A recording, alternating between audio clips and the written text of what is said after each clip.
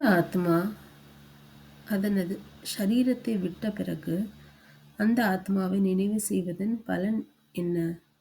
ஓம் சாந்தி. தந்தை நமக்கு கேட்கின்றார், ஒருவர் தனது சரீரத்தை விட்டு விட்டார் என்றால் பிறகு அவர் நமக்கு கிடைப்பாரா என்ன என்று தந்தை கேட்கின்றார். ஒரு பொருள் நம்மை விட்டு சென்றது என்றால் பிறகு அது கிடைக்குமா கிடைக்காதா என்று தந்தை நமக்கு கேட்டு புரிய வைக்கின்றார். ஏனென்றால் ஆத்மா சரீரத்தை விட்டது என்றால் பிறகு திரும்பவும் அதனில் பிரவேசம் செய்ய முடியாது. ஏனென்றால் தொலைந்த பொருள் தொலைந்ததாகவே ஆகிவிட்டது.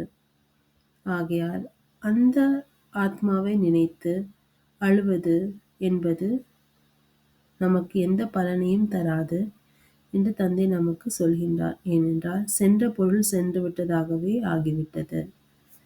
ஓம் சாந்தி.